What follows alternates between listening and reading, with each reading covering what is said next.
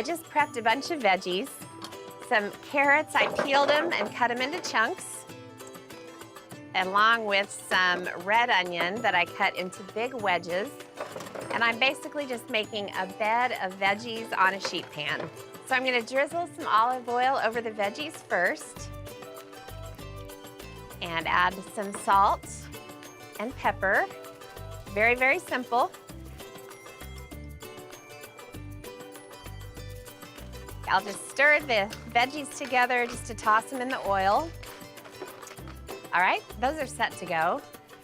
So now I'm gonna spatchcock the chicken. Flip it over, breast side down. Grab a sharp pair of kitchen shears, and you just wanna cut along both sides of the backbone. Now flip the chicken over, and then you wanna press as hard as you can until you hear that breastbone crack. And then when you get it on the pan, it'll sit semi-flat. You can see how much easier this would roast than if you kept the chicken all together. Okay, now this needs a little more olive oil just to make that skin really sizzle. And a little more salt and pepper. Now I'm gonna get the chicken into a 425-degree oven for the first stage of roasting. It'll take about 25 minutes. All right, now we're on to the second phase of the spatchcock chicken. First thing I'm gonna do is sprinkle over 8 whole cloves of garlic. I'm adding them now. I didn't want them to burn, so I waited before I added them to the pan. And I'm tossing them with the veggies. They're gonna roast and become so soft and luscious. Now, spatchcock barbecue chicken has to have a great sauce. And this one ticks all the boxes. Let me tell you how to make it. It's apple brown sugar barbecue sauce, and I just added a cup of ketchup to a pan, along with a cup of dark brown sugar, 1/4 cup of apple juice, 1/2 cup of apple cider vinegar, 2 finely diced Gala apples, 1/2 cup of applesauce to make it really appley. Then I added 1/2 teaspoon each of smoked flavoring, onion powder, garlic powder, ground ginger, and kosher salt. I stirred everything together and cooked it at a simmer for 20 minutes. Then I pureed it until it was smooth, poured it into a container, and put on the lid. I'm gonna serve half the sauce with the finished chicken, and I'm gonna use the other half to brush on the chicken. I'll give it a healthy coating now. That is a nice thick coating. Now I'm gonna get this back into the oven for 30 minutes, and I'm gonna baste the chicken every 10 minutes. Now I'm gonna remove the chicken to the cutting board, and I'm gonna carve it. I'll grab hold of the drumstick and just cut the drumstick and thigh portion, put it on the platter. Okay, last bit of veggies. And I can't forget about this beautiful sauce. So there it is, spatchcock barbecue chicken. So I'm gonna get a quick marinade on the chicken. I've got some really thin chicken breasts, and I'm adding some olive oil, minced garlic, lemon zest, and crushed red pepper, salt and pepper, and the rosemary I just chopped really fine. There's kind of a little energy in the air today because my mom is coming, and we all love G so much. My mom's name is Jerry. The kids have always called her G, and she's just kind of walking, talking, breathing sunshine everywhere she goes. Wouldn't you say? I agree. I agree. I didn't necessarily think that when I was a teenager and she was like giving me rules. I didn't like those teenager rules at all. But I've come to appreciate her now that I have teenagers, and it's all about rules in our house. Boy, I am really diving into the history of my adolescence. So if you have time, come and look at this, Alex. If you have time, you can get this marinade going and give the chicken a good hour or so, but we don't have time for that because G is on her way. And so I'm gonna go ahead and get these on the grill.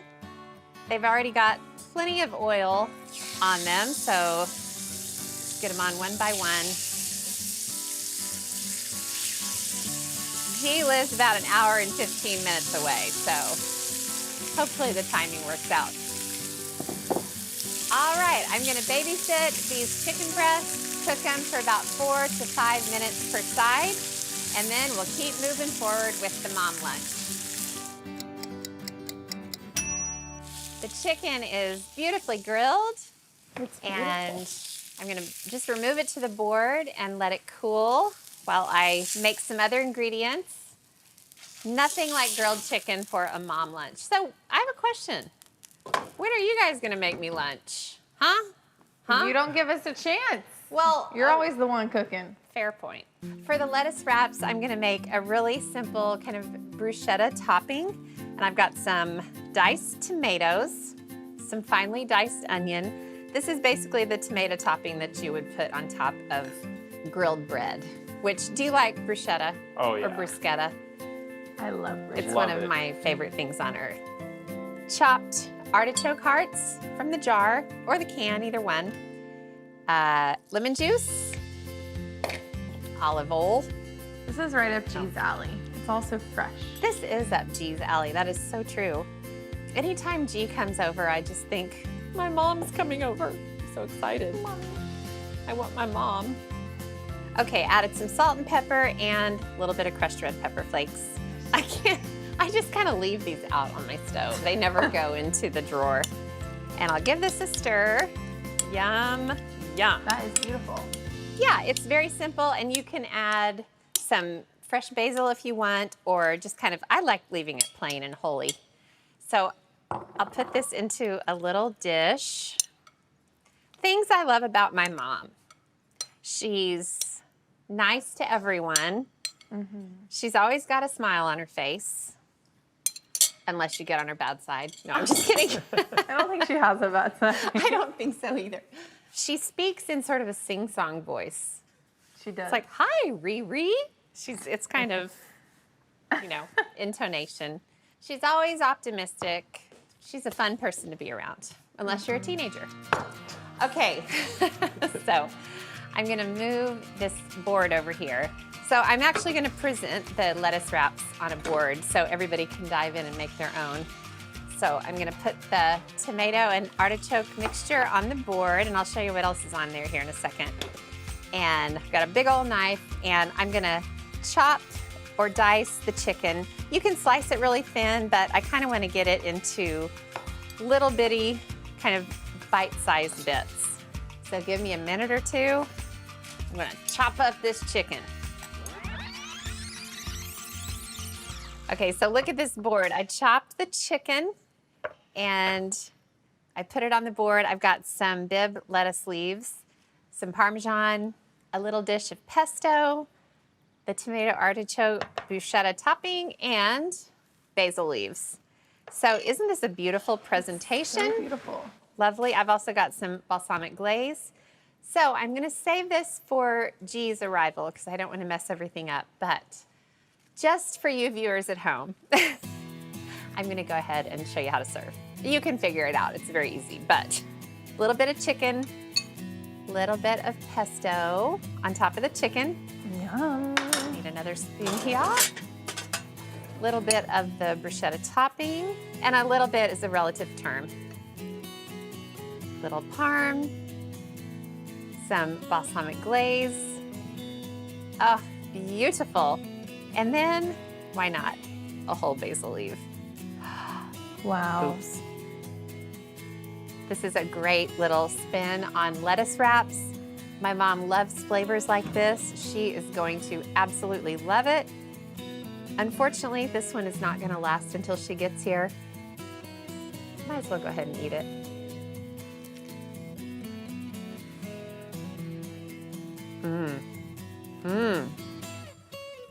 I'm gonna start by cooking some beautiful salmon fillets, and I'm sprinkling on just some prepared lemon pepper seasoning. Okay, can you see, Alex? So I'm gonna put the salmon down into a pretty hot skillet. I wanna sear the salmon. So I've got some oil in there and it's pretty hot. So I'm gonna let it sit there without moving it. I'm gonna go ahead and season the other side with the lemon pepper. And you might notice I have some fried eggs, sunny side up over here that I've been just finishing frying. So I'm gonna let those sit. They're gonna continue to cook really slowly. We will hope that when it comes time to turn the salmon, it won't stick to the pan. Hope and pray. So the asparagus salad is absolutely amazing. Take a look at this, Alex. What I did was I just took spears of asparagus and a vegetable peeler and just shaved them into little ribbons, and I'm gonna make a salad out of this. So some lemon zest and olive oil, not too much, and some lemon. I'll just squeeze it in with just a couple more ingredients. So I've got some feta cheese, and look at this up close. This is herbed feta cheese, and that means the feta cheese has herbs in it. Is that what that means? That's what it means. That's what it means. Some crushed pistachios. So it's just a really amazing, like flavorful, crunchy, nutty salad. And then lots of mint leaves. Did I say the word crunchy? We love the word crunchy in our house. And then I'm gonna grab some salt and pepper as you go across. Don't worry. I need to get rubber bands to tie around my sleeves because I get letters. People worry. People worry about my sleeves. Okie doke. So look at this. Isn't this pretty? I mean, just on its own, I would totally dive into this. Ree Drummond, not so much. I forgot that I have a whole bunch of sliced sugar snap peas. So those go in. I kept looking at the salad thinking, why is this salad like so meager? And that's why one of the main ingredients wasn't in. So pretend you didn't see that.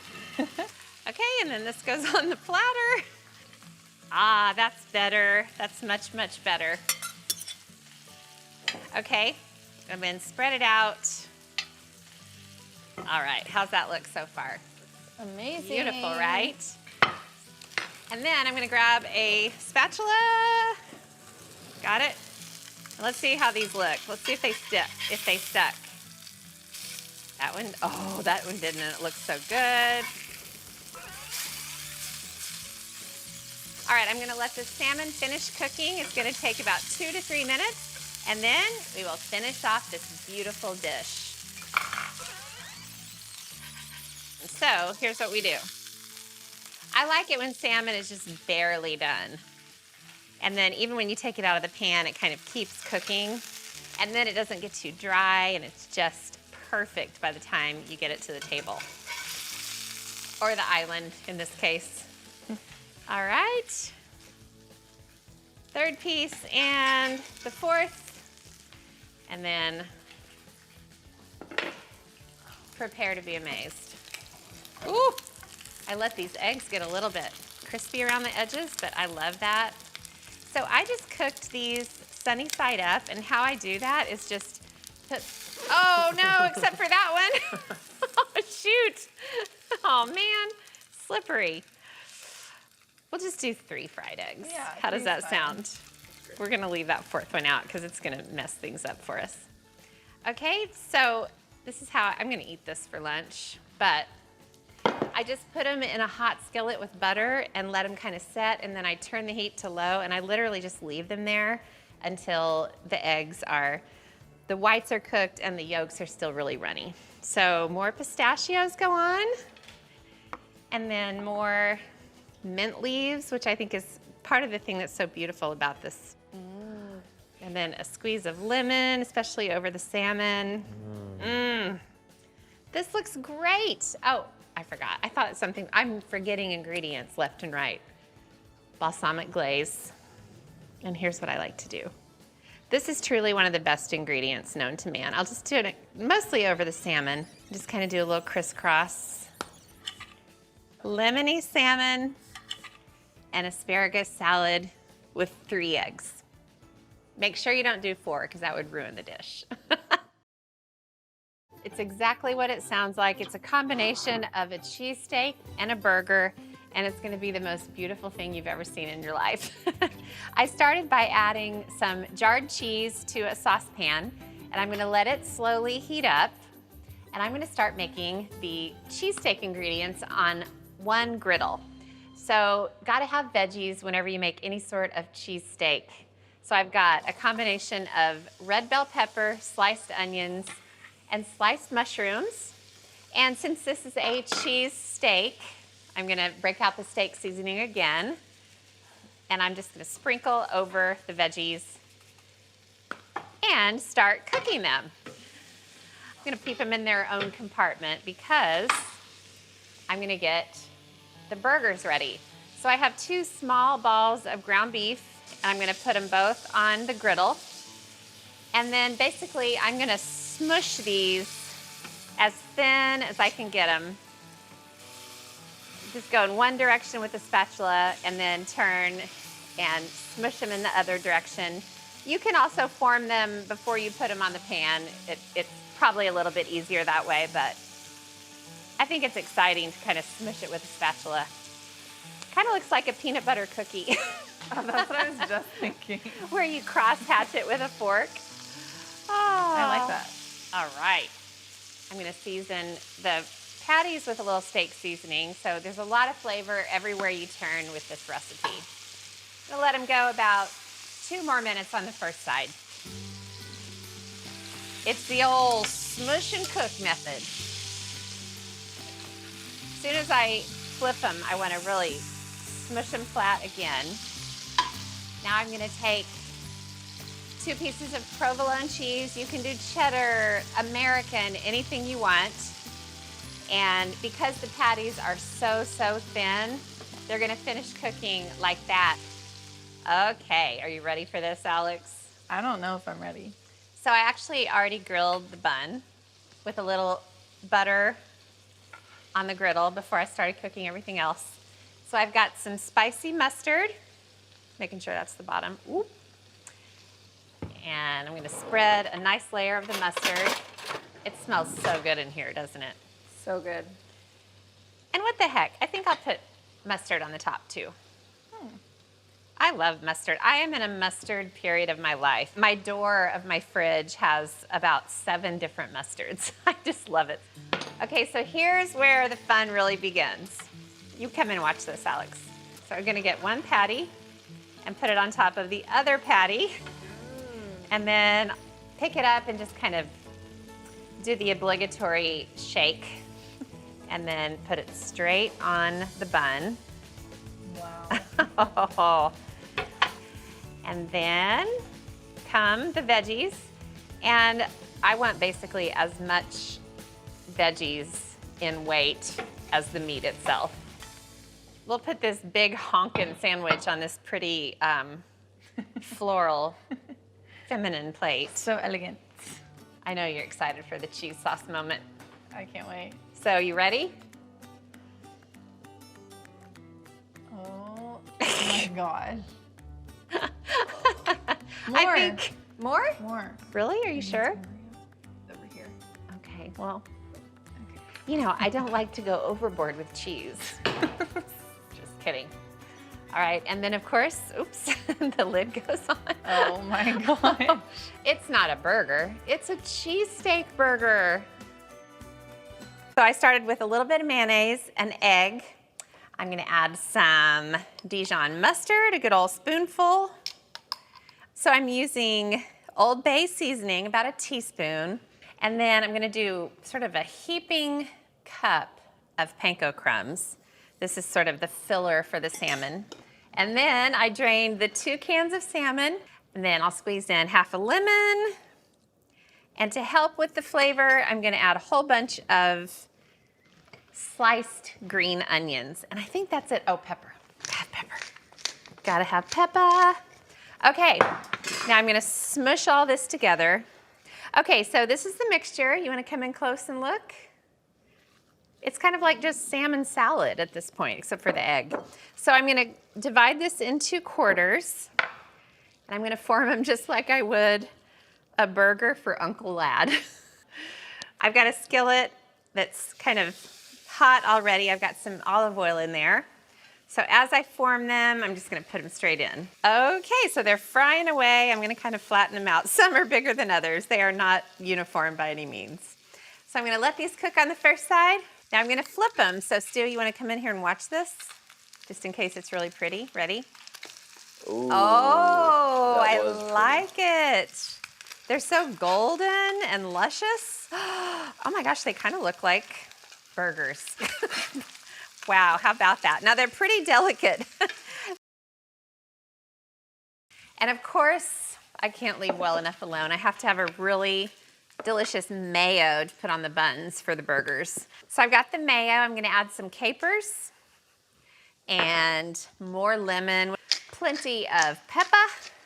Okay, I'm gonna stir, stir. I mean, it's not very remarkable, but it's gonna be so good on the burgers. Speaking of that, I'm gonna get the bun. I'm using whole wheat buns. I'm gonna spread plenty of this on. Okay, and then I'll get one of the salmon patties. Looks tasty. Look, Stu. Look at that. How good does that look? Perfectly browned. So a little bit of lettuce and a tomato and some pickles, of course. But look at this. I think it looks so pretty. So I'm gonna make a seasoning mix first, and it's paprika, chili powder, cumin, thyme. Oh, that was more thyme than I meant. Garlic powder, and lots of salt and pepper. You can honestly use any kind of seasoning mix that you like. That's just a good, basic, really savory combination. And basically, you get this roasted turkey leg and carry it around the state fair and just gnaw on it as you go. Yes. So I've got these turkey legs, and I wrapped the end in foil. And so you really want to generously sprinkle on this seasoning on the first side, and then turn them over. So after you get all the seasoning on the turkey legs, they need to go into the fridge. You can cover them in plastic wrap if you like. Oh, clunk. Just put those in there. But I have these, and they've been in the fridge for a couple of hours. I was a little more careful with the previous batch of seasoning. But look at that. Wow. It just gives the seasoning time to kind of get in there and penetrate. So let's get these in the oven. So they're gonna roast at 325 degrees for 40 to 45 minutes until they reach an internal temperature of 160. Wow. They smell so good. So I'm actually gonna turn on the broiler. Let's wait for it to stop beeping. And I'm gonna put them under the broiler, but first I wanna brush on a little bit of honey, which just kind of deepens the magic, I think. Just kind of dab it on, and I'll put it under the broiler just so the turkey legs can get a little bit caramelized. And there's so much like savory stuff in that seasoning mix that we made that the honey just kind of gives it a little bit of like salty sweet magic. Really yummy. All right, do those look properly glazed? They look great. They really do. Wow. So I will put this back into the oven and just let them kind of finish up under the broiler. And again, you know how I love a dipping sauce. I'm gonna make a quick little sauce to serve with the turkey legs. And it starts with barbecue sauce, a little bit of soy sauce, a little bit of hot sauce, and more honey. Get down there, honey. But if you want to serve these at a party at your house, this is a great little sauce to serve with it. So I'll pour it into this cute little cup. Ooh, Oh my goodness. that was actually the perfect amount of time. Ooh, gosh, those are good. Now, at the state fair, usually they're kind of cool enough to handle. So you can let them sit and rest for just a little bit, but how fun are these? Oh my gosh. It just makes chicken legs look sorely inadequate, unabashedly big. All right. County Fair turkey legs, also known in some circles as caveman pops. Tell you what, if you like to get your protein in, this is about a week's worth right here. Is it hot? Yeah. I'm gonna take a bite. Yeah. Oh, my gosh. Get it. Come on, commit. Almost every Caesar salad has chopped romaine. Sometimes I'll do an entire heart of romaine, but this time I cut them into quarters. It is going to make a gorgeous and elegant salad. I really like changing up flavors, but also the way I present a recipe. So now it's all about the Caesar dressing. I have a jar of garlic olive oil. This is going to add such a flavor punch to my regular Caesar dressing recipe. So I'll start with about half a cup, and it saves me a step because I don't have to mince the garlic myself. Dijon is something I like to add to Caesar dressing. It adds a great tanginess, about a tablespoon. Same amount of balsamic vinegar, a few dashes of Worcestershire sauce, and this is controversial. Not everybody likes to add anchovies to their Caesar dressing, but I do.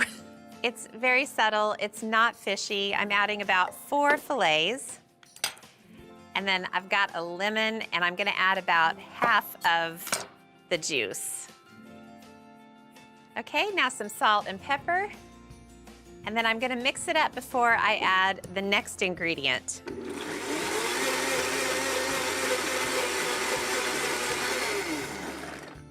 That came together very quickly.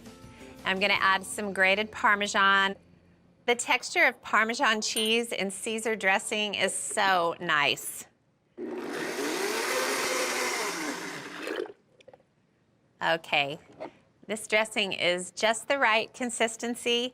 You want it to be pretty thin because you want it to kind of have a chance to seep into the leaves of the romaine.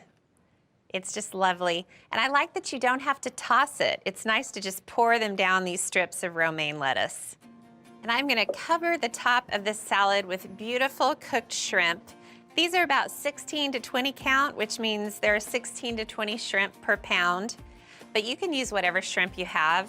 You can do really big, colossal shrimp. You can do tiny little popcorn shrimp. That would be fine too. I'm gonna add some slices of avocado. Because I left the lettuce in such large pieces, I wanted to leave the avocado in pretty spears. This salad really is as much about the presentation as it is about the flavors. You know what? Something's missing. Croutons. That's good because I have that covered. I would not have a Caesar salad without croutons. I made my own, the same croutons I make time and time again. They definitely needed no revamping. They're garlicky croutons and they're very simple. I put half a loaf of crusty French bread cut into cubes on a sheet pan and spread them out. Then I drizzled over 1/4 cup of the garlic olive oil I used in the dressing. I sprinkled them with half a teaspoon of kosher salt, half a teaspoon of black pepper, tossed the cubes to coat them, then put them in a 250-degree oven. And when 25 minutes were up, they were deliciously crispy, and I took them out and let them cool. Croutons are the best. I could snack on these, honestly. Now just a couple more things to finish off this beautiful salad. I've got some fresh Parmesan. And then just for a little bit of herby freshness, I've got some parsley leaves, which I think is kind of in with the theme of keeping things in big pieces. And then this can never hurt. Just another little squeeze of lemon juice just to finish things off. This is a Caesar salad with shrimp. I may never be able to go back to the old way of doing things. I'm gonna start with the brown sugar rub. I added 3/4 of a cup of really packed brown sugar, 2 tablespoons of kosher salt, 2 big tablespoons of paprika. This is a super flavorful rub and a super colorful one too. I'm also gonna add 2 teaspoons of cayenne, just to add a little spice. And then I'll add 2 teaspoons of black pepper, and then about ½ a cup of fresh orange juice, and of course, minced garlic. Now I'll whisk this together and make sure it's all mixed. Okay, the rub is all stirred together. So I'm gonna add the ribs in. I just cut 2 racks of ribs into 2 rib pieces. It's kind of nice to cut them up and get the messy work done. You don't have to worry about getting them on a board and cutting them when they come out of the oven. And I'll get them all in there. Okay, I'm gonna get my tongs in there and just toss these around. Now, I'm gonna make it easy by lining a big sheet pan with foil, and I'm gonna get the ribs right on the foil, and I'm gonna gather them up in a parcel and bake them that way. First of all, it won't dirty up the pan. Second of all, it'll seal all the juices and moisture in and let those ribs get nice and tender. I like this marinade so much, I'm gonna pour some of the extra over. Now I'll gather up both sides. All right, I'm gonna bake the ribs at 325 degrees for 2 hours.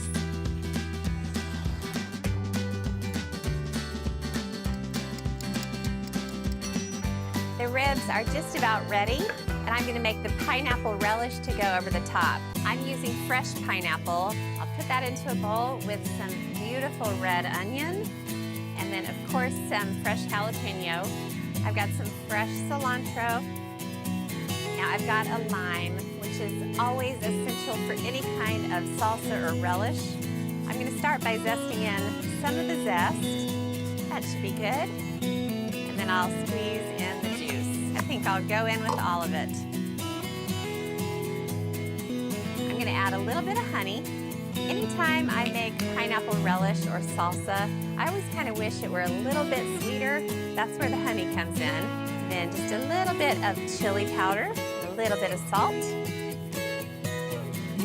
Now I'm gonna finish off the ribs.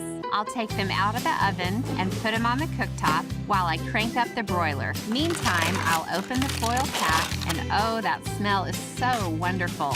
They look delicious already. I'll just push the foil flat to expose the ribs and put them under the broiler. A couple of minutes is all it takes to caramelize them. So I'm using spinach, and I've got all these beautiful ingredients. I did spinach, tomatoes, orange bell peppers. I've got hard-boiled eggs, which Dad loves, by the way. Just have a salt and pepper shaker nearby. And you don't have to really be symmetrical. And cheese, slices of cheddar. You can just kind of tuck things here and there. And I forgot I had beautiful bacon pieces. So bacon, gorgeous, gorgeous. Oh my. Doesn't this look good? And then I have a little container of ranch dressing. I'm gonna put some lemons here and there and parsley. Gosh. It is pretty. It is. If Lad weren't coming over, I might just serve this as the main course. And aside from it being very quick and easy, it happens to be a total knockout. I'm starting by having some strawberries. I hold them, just took the tops off, and I'm throwing them into a bowl, and I am going to make a delicious strawberry filling for the tart. I'll start with ½ a cup of sugar. You gotta have sugary strawberries. I don't care what the dessert is. And I'll add a couple of tablespoons of flour, and that keeps the sugary strawberries from getting too liquidy in the oven. The flour kind of thickens them up a little bit. Now, whenever I make any sort of filling for a pie or a tart, I definitely like to add lemon zest and lemon juice, whether it's apple filling, blueberry filling, or strawberry. So I'm just zesting about half of this lemon, and then I'll squeeze in just a little bit of the lemon juice, about a teaspoon. Ooh, that's a juicy lemon. And then just a splash of vanilla, probably about a teaspoon or so. And I'll stir this around. A lot of times when I make strawberry desserts, I'll make the pie filling or the tart shell, and I'll fill it with fresh strawberries that aren't baked. And that's delicious too, but there is something about this rustic tart. The color of the strawberries after they bake is so pretty. Okay, the strawberries are totally coated in the sugar and flour mixture. So I'm gonna let those sit, and I'm gonna get to work on the crust for the tart. I'm gonna flour the board, and here is part of what makes this a quick and easy tart. I'm using store-bought pie crust. So what I did was overlap one crust over the other, about halfway through the middle. And I'm gonna roll this out just a bit to make it a little bit bigger, and also to make sure these two crusts become one. I want them to really stick together. Okay, that looks great. Now just for the shape, I'm gonna cut this a little bit so it'll be sure to fit the sheet pan that I'm baking the tart on. So to transfer this over to the sheet pan, get my rolling pin again, I probably could lift that in one piece and keep it together, but I don't want to take a risk on such a wonderful dessert. Okay, now I'm going to spoon the strawberries onto the crust, leaving a border around the edge, and then I'll fold up the edges and brush them with an egg wash.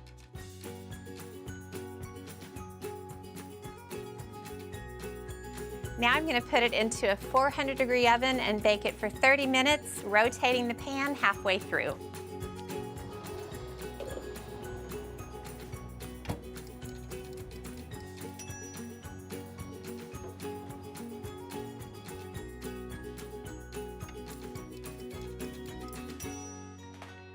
The tart is ready. I know this because it smells amazing.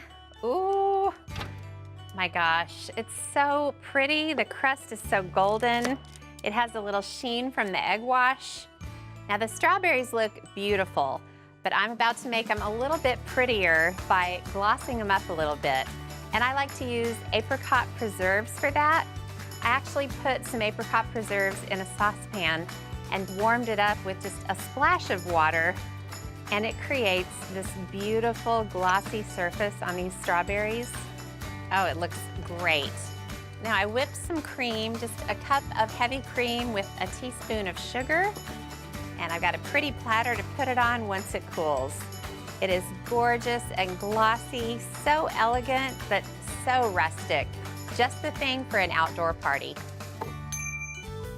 I've got some chicken breasts, and I'm gonna pound them flat, and I've got a rolling pin, and I'm just gonna pound them till they're uniform in thickness. I'm just kind of whacking that thick part of the chicken breast, and then they'll cook evenly, and it'll be really quick. Okay, now I'll just season the chicken. I'm just gonna use salt and pepper, sprinkle the tops, and then I'll just drizzle the grill pan with a little bit of olive oil. And then the chicken goes right on.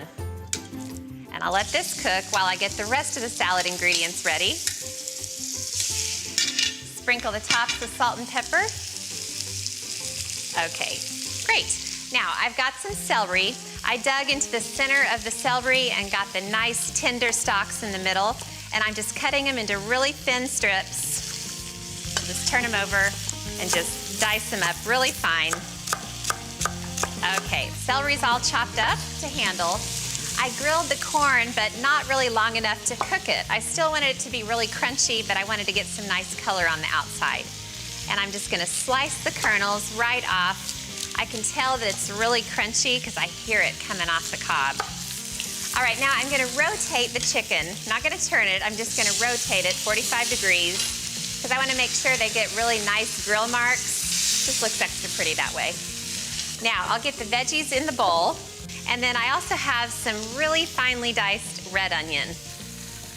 Now, dill is another thing that makes this salad so wonderful. I'll just slice off the leaves, and then I'll just mince it up. Now, I'll throw that in.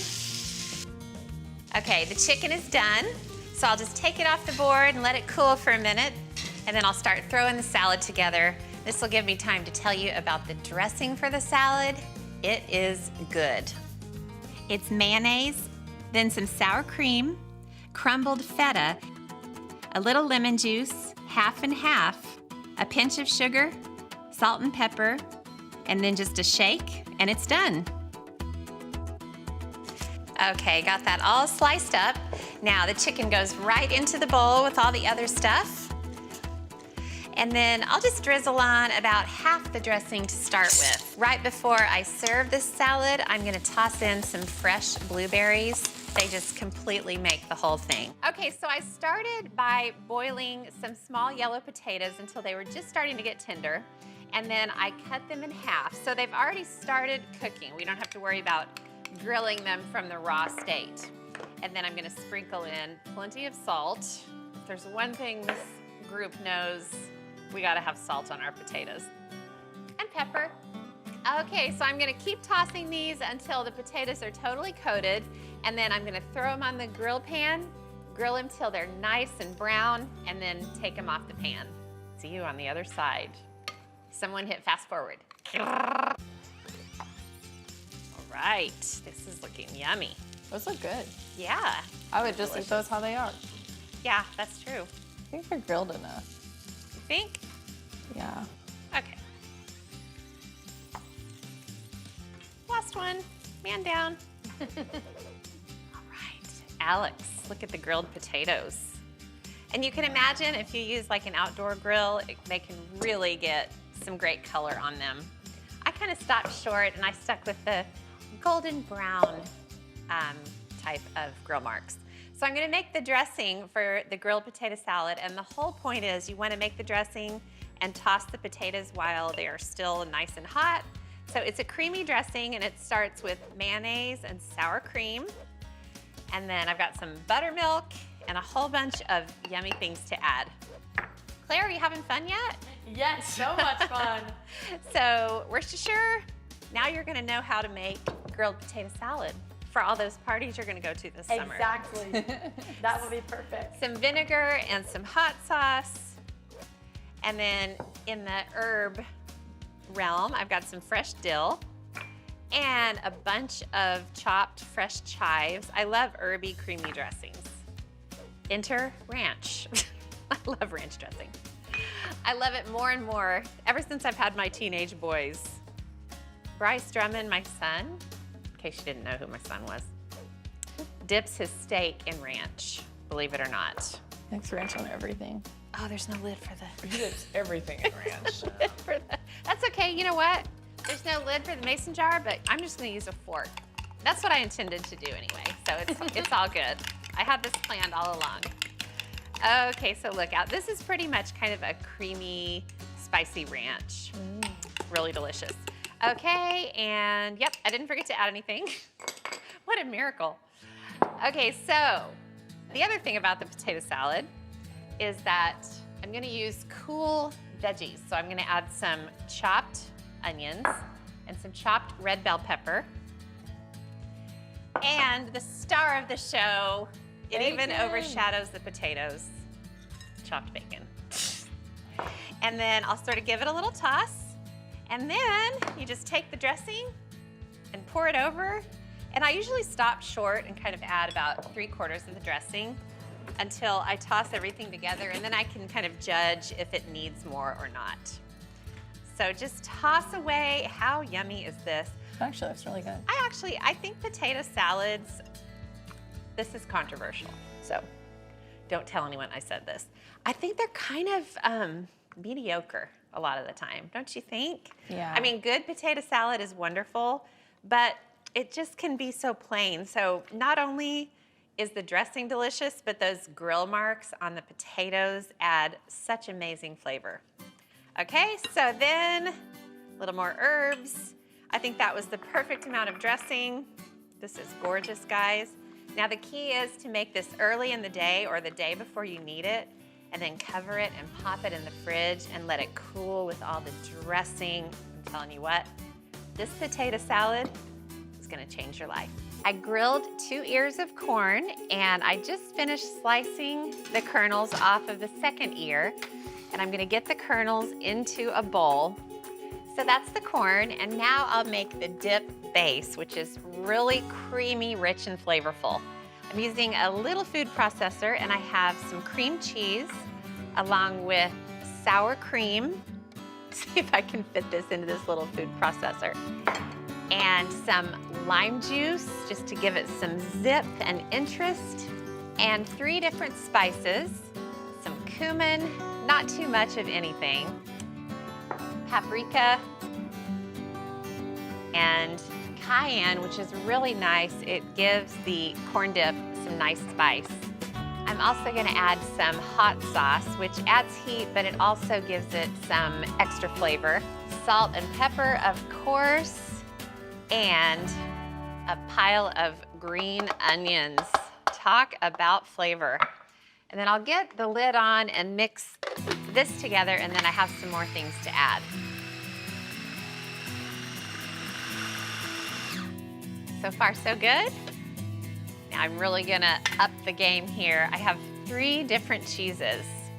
So I just added Monterey Jack queso fresco that's crumbled and cheddar. And now I'm gonna let the teeny tiny food processor do all the work.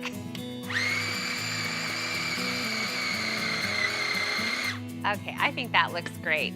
This dip has great texture, and you don't have to overmix it. If it's a little bit lumpy and you can see little shards of grated cheese, then even better. So I will scrape this magnificent, cheesy, creamy, spicy mixture into the corn. This is such an amazing dip. Okay, got my little serving bowl. Delicious. And then I'll garnish with whatever I have left on the board. Some more queso fresco, a little green onion, and some cheddar cheese. Oh, okay, that is the corn dip. It looks so good. I'm putting the roasted corn dip right in the center. I've got chips, veggies, peppers, pickles. Oh, it's so pretty. So this is dip number 2. It's green goddess dressing, and the processor does all the work. I threw in ½ a cup each of fresh parsley leaves, fresh dill, and sliced chives. Then I added a tablespoon of tarragon, the juice and zest of a lemon, a minced garlic clove, some salt and pepper, 2 medium diced avocados, a cup of mayonnaise, and a cup of sour cream. I turned on the processor, kept going until it was deliciously smooth, then tipped it into a bowl, making sure to get every last out of this world drop. Okay, and then this is dip number 3. I think I saved the best for last. It looks simple, but boy, is it incredible. This one is whipped feta. All I needed was my processor, a cup of Greek yogurt, a cup of crumbled feta, 4 ounces of softened cream cheese, and a splash of heavy cream. I processed it until it was smooth and creamy and scraped it into a bowl, disciplining myself not to eat it. Then just garnished it with some dill sprigs. You seriously have to try this. Glorious and beautiful and oh so flavorful. I started with cooked penne. It's nice and cool. So next I'm gonna add the dressing. This is bright and lemony and fresh, and I know you're gonna love it. It's a lemon mustard dressing, and its base is a cup of mayo and a cup of sour cream. Then here comes the flavor. ½ a cup of Dijon mustard, the zest of a lemon, a tablespoon of lemon juice, ½ a teaspoon each of grated garlic, kosher salt, and black pepper. A quick whisk, and it's done. So I usually start by pouring on about 2/3 of a dressing when I make pasta salad, and then I save the rest back for the end. I like to mix everything together and see how it looks first. Now I have probably more ingredients to add to the pasta salad than the pasta itself. Since this is sunshine pasta salad, I wanted to add all the colors of a beautiful sunset or sunrise, depending on what time you get out of bed. So I've got yellow, orange, and red bell pepper. I mean, it doesn't get any more summery than this. These colors are so pretty. I've got a bunch of halved cherry tomatoes, red ones, and also yellow ones. This is what I like in a pasta salad. The pasta is kind of there as a base, but I love as many ingredients as you can fit in the bowl. I've got a little colander of frozen corn kernels. I let them thaw. This bowl is getting full, I told you. Now, the dressing has a nice zip to it, but I'm gonna add some sliced banana peppers that are drained. I wanted the ingredients to have something with a little bit of a bite. Now comes the hard part and the fun part. This is where the rubber meets the road. I love this combination. Usually I try to be a little bit more balanced with the colors in my salads. I'm really tempted to add some basil or something green in here, but I really want to stick to that sunrise theme. I don't want to break from the red and orange and yellow. I think what I like so much about pasta salads is, well, pasta, my favorite thing on earth. But I also just like how many possibilities there are. I cannot tell you how many different kinds of pasta salads I've made through the years. One time I had a group of friends over and everybody brought a different pasta salad. That was one of the best days of my entire life. Okay, I think I got that mixed up. It's a miracle. I was afraid I wasn't going to be able to mix it without getting it all over the kitchen. I think the best way to serve a pasta salad is on a big rimmed platter. Okay, this is where I might get in trouble. It looks like it's gonna be a happy ending. Yay! I was close there for a second. This is so gorgeous. Now, I told you I was tempted to garnish with some basil or parsley, but I'm gonna keep with the sunrise sunset colors and slice a lemon and just put a few slices on top. I mean, this screams summer. If I saw this at a cookout, I would skip the burgers and steaks and go straight for a big plate full of this. But as I said, I'm kind of a pasta lover. Have been my whole life. Well, some people might see a sunrise, some might see a sunset. I just see a beautiful pasta salad for a summer cookout. I'd say this is a winner. So much flavor. I am making the chicken first. I've just got 2 boneless, skinless chicken breasts, and I drizzled olive oil on, and then I'm sprinkling on some taco seasoning, which is one of the things that makes this so easy. You don't have to mix up the seasoning yourself.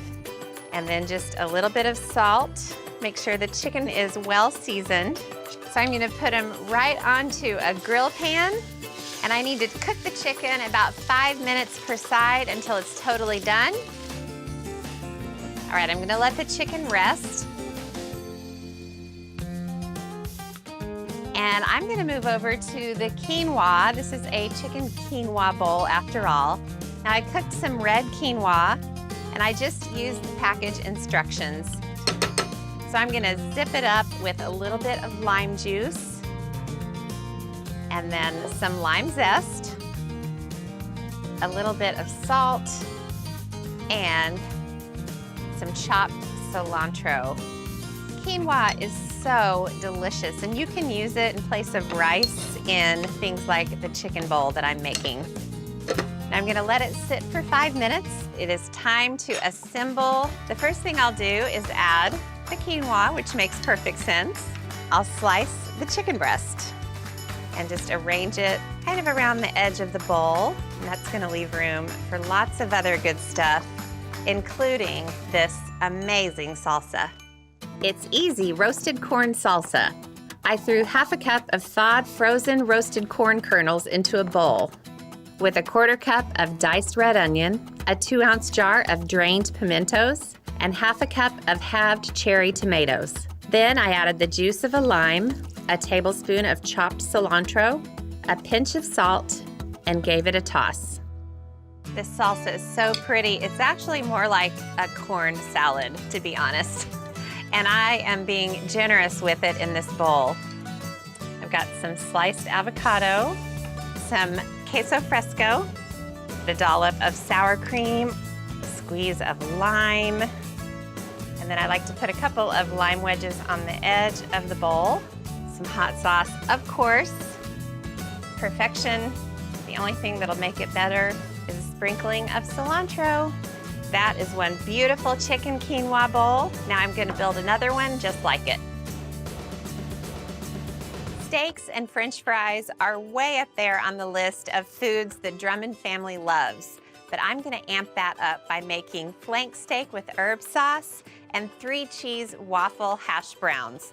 How good does that sound? I'm starting with the flank steak. I'm just patting it dry, and I'm gonna add a very simple seasoning of just salt and pepper. Now I have a hot grill pan, and I'm gonna put it seasoned side down, and I'll let it start grilling while I season the other side. Flank steak has such amazing flavor. Love the texture. It's gonna take about 5 minutes on the first side. So I'm gonna get started on the mixture for the 3-cheese waffle hash browns. I have frozen shredded hash browns that I let thaw, and I'm adding some melted butter. I'm gonna add 3 grated cheeses. I've got cheddar, mozzarella, and pepper jack. Okay, now I wanna season this with some salt and lots of pepper. When my family eats any kind of fried potato, they add tons of pepper. Okay, and I'm gonna get this into the waffle maker so it can start to cook. I've already got the waffle maker nice and hot, and it's really important to spray it well with cooking spray, just so those potatoes don't stick. And I'm gonna spray the top 2. And then I'm gonna add a heaping cup to each of the wells of the waffle maker. This is a great approach to take if you're making a brunch for family that's visiting for the holidays. They're perfect with a salad for lunch. Now that's my kind of eating. Make a healthy salad and then eat cheesy hash brown waffles with them. And then I'll close the waffle maker, and it's gonna take this about 12 minutes to cook. So I'm gonna go back to the flank steak, see if it's ready to turn over. Ooh, look at how good this is looking. Beautiful surface, gorgeous grill marks. Now I need to let it cook on the second side for another 5 minutes. Okay, the steak is finished cooking, so I'm gonna get it off of the pan. While the steak rests, I'm gonna make a beautiful herb sauce to pour over the sliced steak. And I'm gonna pour some olive oil into a bowl, about 2/3 of a cup, about a 1/4 cup of red wine vinegar, finely minced shallots. I've got some serrano pepper that's finely diced, and I'll grate in a clove of garlic. And then I'll chop up a mixture of basil, mint, parsley, and cilantro. This is basically a version of chimichurri, which is right up there with my favorite steak sauces. It's basically a mixture of green herbs, a little bit of oil and vinegar. It is so tasty. Okay, those herbs are totally minced. They smell so good. I would love to have a candle with the scent of all of these herbs together. Delicious. I am so scent driven. Yum, yum. Okay, I'm gonna add some salt and pepper to the sauce, and then this will be good to go. All right, I'm gonna let this sit, and I am going to slice the flank steak. We'll see how this looks. I do believe it turned out just perfect. I'm gonna grab the platter, and I'll get the steak on. Nothing like a white platter when you're serving glorious medium rare beef. Now, as if that wasn't exciting enough, it's time to check on these, waffle hash browns. Oh, look at how golden and crisp these are. And I might add cheesy.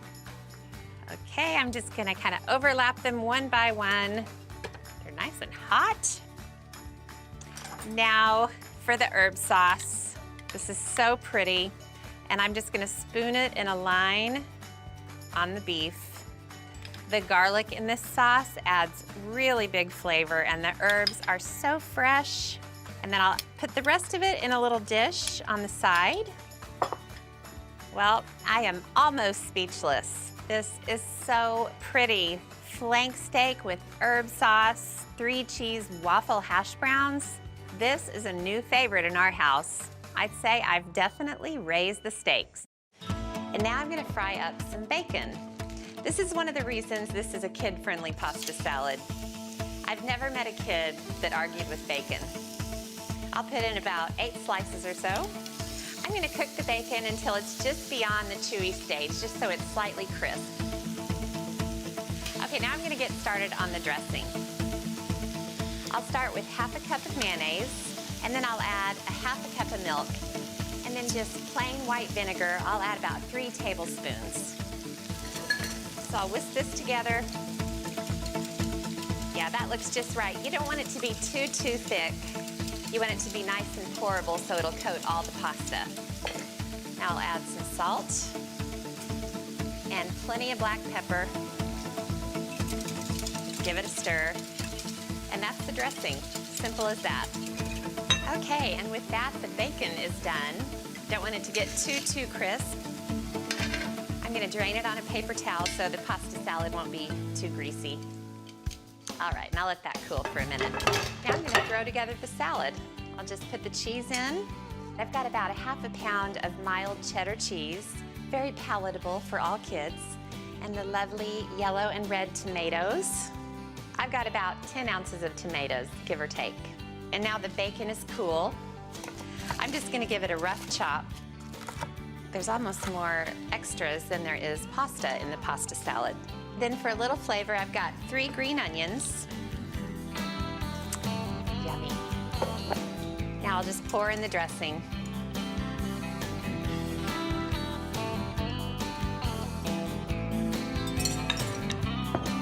I need a spoon for this. Oh, so pretty. Now to really send this kid-friendly pasta salad over the top, I'm gonna add some fresh basil.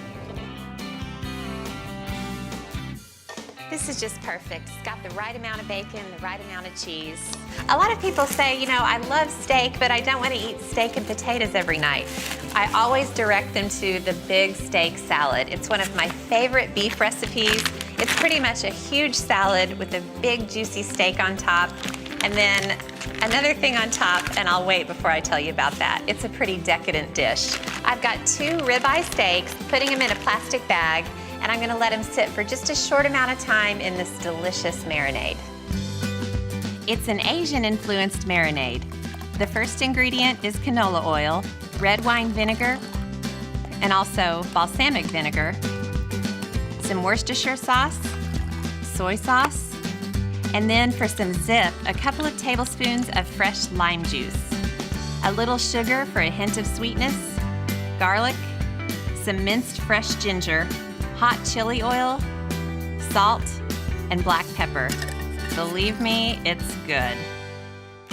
Now I'll just pour half the marinade into the bag with the steaks. And the great news about this is it doubles as the salad dressing, so I'll save that for later. Now I'll just seal up the bag. I'm gonna let the steaks marinate for about 5 to 10 minutes. You can let them go longer if you have the time, but you don't have to. Now, one of the best parts about this salad is I top the whole thing with thin fried onion rings. I've got 2 onions and I sliced them really, really thin, and I'm just gonna do a quick soak with some buttermilk. It's just gonna moisten them up, take a little bit of the pungent onion flavor away. And while they're sitting, I'll make the dry mixture, and that's just 2 cups of flour and a good amount of salt, just about a tablespoon or so. About a half a teaspoon of cayenne pepper, gives them a little kick, and then just some regular pepper. Then I'll whisk this together. Okay, now I've got some oil going. It's about 350, 360. So I'm gonna stir the onion rings around just a little bit. And then I'll just take a little bunch, let the buttermilk drip off, drop them into the flour mixture, and then I'll pick them up and hit the tongs on the side of the pan, and that just helps the excess flour drop off. And then I'll just plunge them into the oil, and these are gonna fry in no time. I'm gonna do them in batches so they'll cook really evenly, and they are gonna be golden and crisp and out of this world. The onion rings are just about done. I'm just taking out the last of them. All right, I'll turn that off. Now I'll get the steaks going for the big steak salad. I've got a grill pan. That's a nice shortcut way to grill things. It gives things nice grill marks without having to go outside and light a big fire. All right, 1 steak, 2 steaks. Now I'll let those sit. They're gonna go about 2 to 3 minutes per side. So I'll get started on the salad ingredients. I've just got a big old box of mixed greens, arugula, radicchio. You can use any lettuce you want. All right, now I'll just throw in some whole grape tomatoes. I'm not even gonna cut them up. Okay, spread all that out. Now I'm gonna slice the steaks. I'll go against the grain and just slice sort of thin strips. I love warm steak and cold salad. It's one of life's real pleasures. Okay, and then of course, the grand finale. I'll just grab a nice handful of onion strings and put them right on top of the salad. I know I am breaking a few rules here, but I don't care. It probably won't surprise you one bit when I tell you that I love ice cream. It's true. I never met an ice cream flavor I didn't like, and I think homemade ice cream is especially delicious. Now, strawberry ice cream happens to be one of my favorite homemade flavors. It's so delicious. Now, the ice cream starts with a basic custard, and I use the same recipe no matter what kind of ice cream I'm making. I'll start by pouring 3 cups of half and half into a saucepan, and then I'll add 2 cups of sugar. Is it any wonder homemade ice cream is so delicious? Now, I'll turn on the heat, and I'll just stir this to get the heat going. And while that warms up, I've got a vanilla bean. Vanilla bean is something I always add to homemade ice cream. It adds just amazing flavor. It is one of my go-to ingredients, and it goes right into the half and half and sugar mixture. Now, I'll just stir this until it gets really, really hot before I move on. Now, Lad and the kids love ice cream just as much as I do, of course. Anytime I have a carton of the homemade stuff in the freezer, it disappears like that. The half and half mixture is nice and piping hot. That's exactly how I want it. Now, I have 9 egg yolks, and I whisked them just for a few minutes until they were nice and light yellow. That's the perfect color. Now, I'm gonna temper these egg yolks. I'll take a ladle of the hot mixture, and while I whisk the yolks, I'll just gradually drizzle it in really, really slowly. We all know what happens if we add eggs to really hot liquid, so tempering the yolks just slowly brings them up to temperature.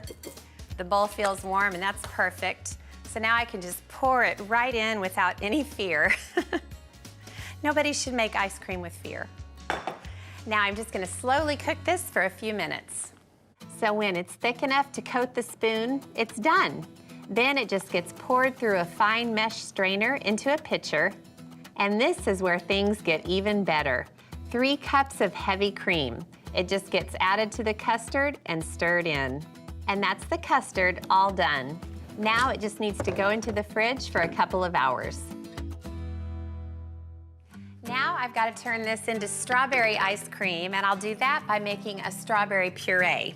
I've just got a good amount of whole strawberries, and I'll add a little bit of sugar, just about 2 tablespoons or so.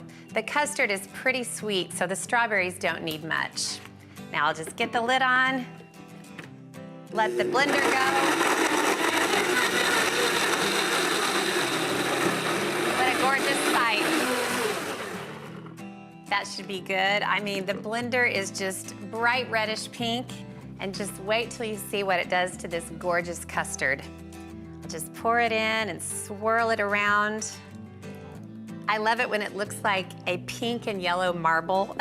Oh gosh, it's so pretty. Now, I really love the natural pink color. If you want to bump it up a little bit more, you can add some natural red food dye, just a drop or 2. Now, I'll let the ice cream maker do the really hard part. I'll just pour in about half of this. This maker freezes about half of this quantity at a time. But that's okay, it is totally worth the wait. Get the lid on. Now, it's just about patience.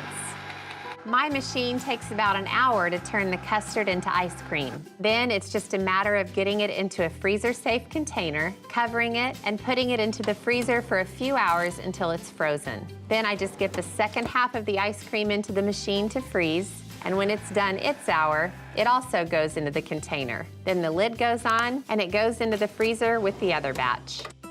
And now the moment of strawberry ice cream truth. I'm gonna get a couple big scoops of this. Freezing it for several hours really gives it that great firm consistency, just the way I like my ice cream. Now, the ice cream is beautifully pink, so I'll just pop up the color by sprinkling on some chopped strawberries. Oh, how pretty is this? I cannot wait another second. I'm gonna dig in. Do me a favor, don't tell my kids this is in the freezer. Let's just keep it between us. So good. Missy's my sister-in-law. So I did something I hardly ever do. I called Missy and said, come over for lunch. She and I never get together on our own, and today was the perfect opportunity. So I'm gonna whip up a delicious chicken taco salad just for the two of us. I've been seasoning 2 boneless, skinless chicken breasts, and I'm gonna get them into the pan. This chicken taco salad is one of my 16-minute meals. It's really, really fast, really easy, and so flavorful. I'll sprinkle the other side, then I won't have to touch the chicken with my hands. I'm just using prepared taco seasoning, and it's great for really quick meals. There's a lot of flavor. You don't have to take the time to mix different spices. It works really well. Okay, I'm letting this cook in oil and butter to give it great color and flavor. The chicken's gonna cook about 4 minutes per side. I'm using bottled ranch to make a spicy ranch dressing for the taco salad. I'll start with about a 1/4 cup or so, and then I'll spoon in a couple tablespoons of jarred salsa. All right, now just to give the dressing a little bit of freshness, some cilantro. Missy doesn't live very far away, but we both get so busy, we hardly ever get together, just the two of us, so we're gonna have so much fun. Now, the chicken should be ready to turn. Ooh, looks great, nice and flavorful. I'll just put it on a plate. Looks yummy. Now, it's just gonna rest for a little bit. Now, I have 2 ears of fresh corn, and I'm gonna grill the corn, but before I put it on the grill pan, I'm just gonna roll it around in the skillet that I cooked the chicken in, and it's just gonna get some of that yummy flavor on the outside. Okay, the corn is ready. It's got a little bit of color, a few grill marks on the outside. And now I'll just slice the corn kernels right off the cob. They're not too hot to handle. I love fresh corn because then you can control how much you cook it. I like corn to be pretty crunchy, not totally raw, but not totally cooked either. Now I'll just grab the chicken, dice it up. It looks really, really good. Everything in this salad is sort of bite-sized. That's what I love about it. Every bite is fun. It has a lot of different things going on. I'm so looking forward to getting together with Missy. And of course, we love getting together with the whole family, but sometimes we just want to kind of get over in a corner, have some girl talk. Okay, everything's ready. Now I just need to assemble the salad. I've got a whole bunch of shredded green leaf lettuce. I literally shaved it with a really sharp knife. Now I'll sprinkle on the diced chicken. And then I diced up just some Roma tomatoes. And then the grilled corn, delicious. I'll sprinkle on some pepper jack cheese, sliced green onions, avocado. Well, speak of the devil. Hi, Missy. You're here. I'm here. How weird for us just to get together for lunch. No kids, no husbands? No. I'm just finishing our salad, so I just gotta put the dressing on. There's tomatoes in there. Did you say healthy? Well, I'm gonna sprinkle a few chips on, if you don't mind.